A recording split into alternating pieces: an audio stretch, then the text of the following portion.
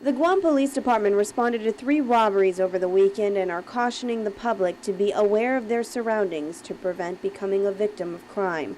GPD spokesperson Officer A.J. Balahaja says around 2 o'clock on Saturday morning, a Norwegian woman reported to the Hagåtña precinct that she had been robbed after hitching a ride as she walked up the hill toward Bishop Flores Loop. She got into an argument with her boyfriend. They were at a club. She decided to walk and she was offered a ride. And she got into that vehicle and it turned out that she was robbed. Police say a Caucasian woman was driving the white SUV and a man with a full beard and dark complexion pulled out a gun and demanded money from the woman, who only had a bank card. There was no money in the ATM, so ultimately the suspects took her cell phone and dropped her off at the Hagåtña swimming pool. Less than an hour later, police were called to Tumon Heights, where a woman reported being robbed at knife point as she tried to enter her home. She told police that a man came up from behind her and put her in a chokehold and then used a knife to cut the strap of her purse. He was seen running toward Tumon Heights Road and turning on Mammoth Street towards Ipao Breeze Inn.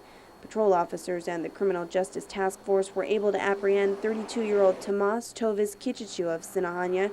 He was charged with robbery, conspiracy, guilt established by complicity, and assault.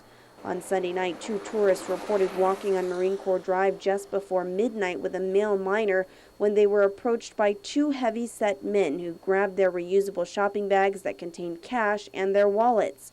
The individuals were wearing black clothing and a black hoodie. They fled in a dark-colored medium-sized truck north on Marine Drive.